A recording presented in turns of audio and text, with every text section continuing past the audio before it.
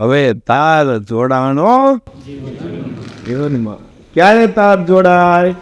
આપણો તાર ક્યાં છે?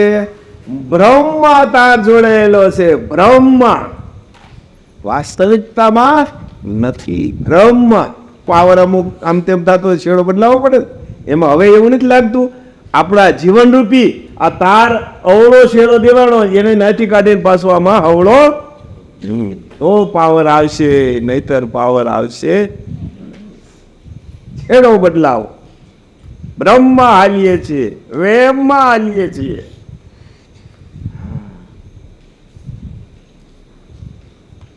કેટલા જન્મથી વેમમાં બ્રહ્મમાં ને બ્રહ્મમાં આ જ કરવાનું, આ જ કરવાનું.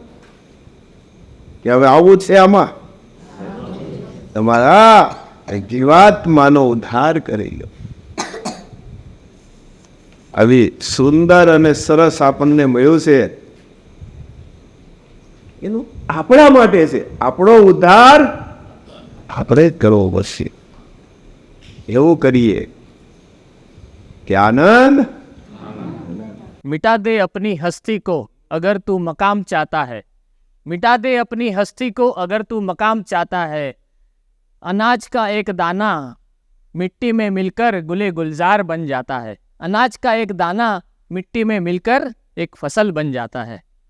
किसान जब अनाज का एक दाना मिट्टी में बोता है तो हमें लगता है कि वो कीचड़ है, परंतु वो कीचड़ नहीं है.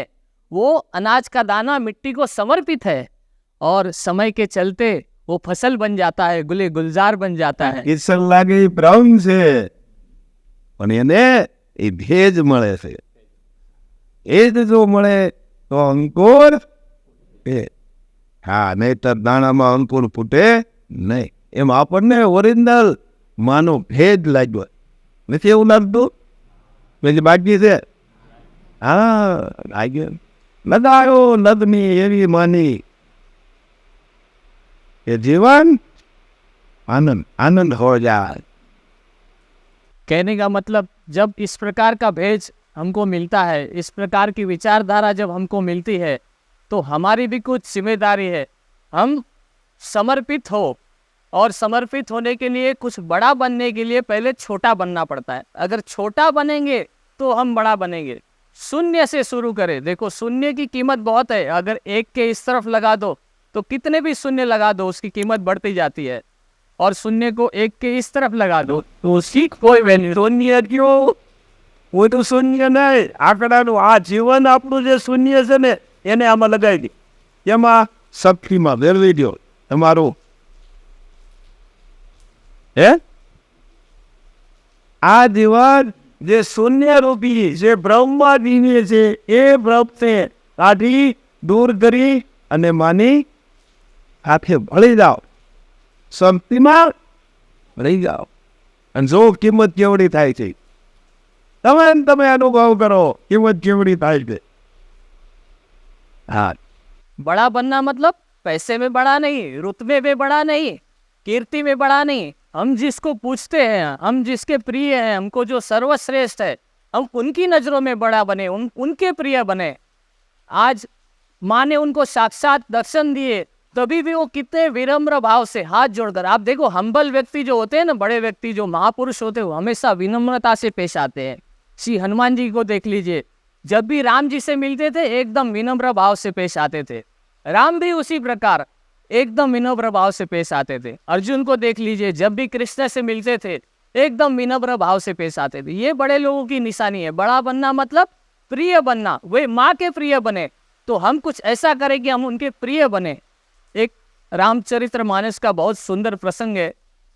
राम जी लगभग 5 वर्ष के होंगे, और सबसे पहले मैं बात बता दूं कि माता कैकेयी थी ना, वो राम से सबसे ज़्यादा प्रेम करती थी. लोग चाहे कुछ भी कहें, माता कैकेयी राम जी से सबसे ज़्यादा प्रेम करती थी और अपनी गोद में बैठकर उन्हें भोजन खिलाती थी.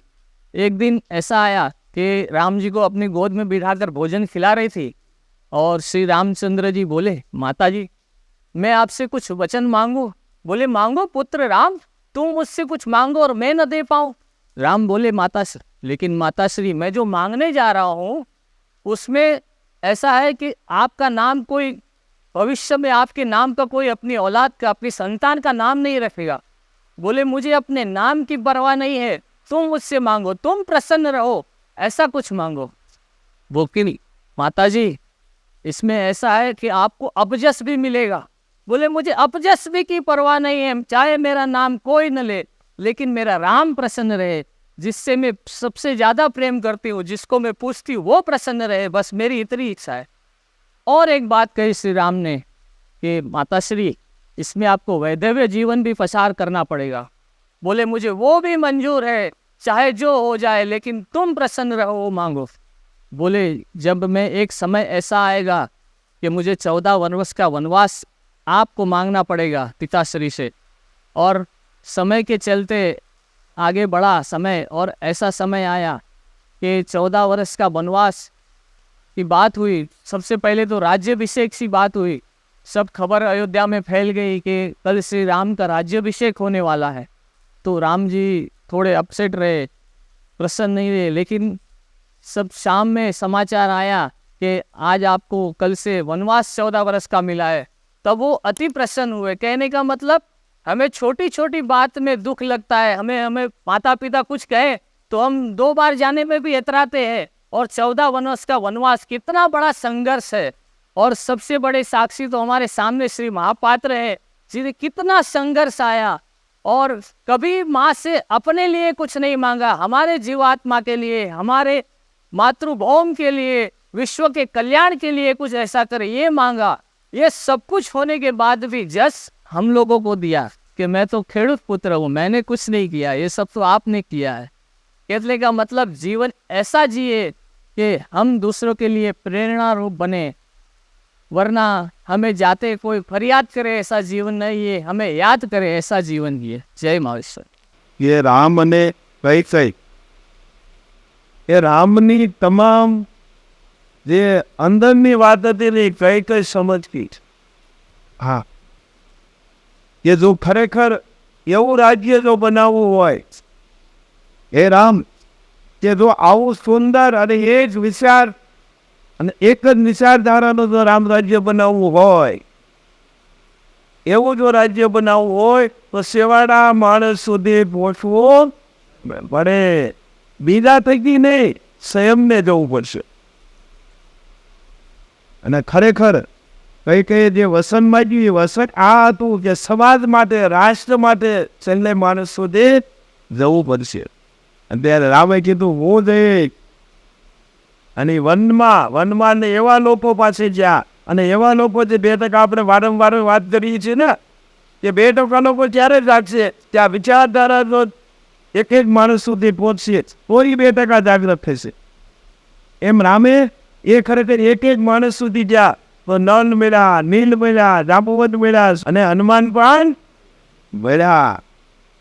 અને એક એક વસ્તુ કર્મનો સિદ્ધાંત છે, એ સમાજના નાનામાં નાના માણસ સુધી એને પહોંચાડ્યો। રામે જબરજસ્ત કાર્ય કર્યું છે, અને એ કાર્ય માટે કઈ એને પ્રેરણા આપે છે, કોને? રામને। હા, હે રામ તારે આ કરવું જશે। એમ તમે જુઓ, ખરેખર શિવાજીને એને માતાએ પ્રેરણા આપી ને, હે સમાજ માટે, રાષ્ટ્ર માટે। અશોકે એની માતાએ પ્રેરણા આપી। તો એક એક તમે જુઓ, જેને ઇતિહાસની અંદર થઈ ગયા, એ માતાએ એને પ્રેરણા આપેલી, અને એ પ્રેરણા વારંવાર યાદ કરાવવી પડે। એક વખત આપી દીધી એટલે પૂરો નથી થતું, પણ સમયે સમયે એને યાદ કરાવવી પડે। નાનું બાળક હોય ને ત્યારે એને અમુક સમયે એને યાદ કરાવો, અને એ યાદ આવશે ને અને એની ગતિ આગળ વધતી જાય। જેમ જેમ આપણે આગળ વધતું જાય એમ ટેકો મોટો કરવો પડે, ટેકો મોટો થતો જાય ને, અને એ આગળ વધતું જાય।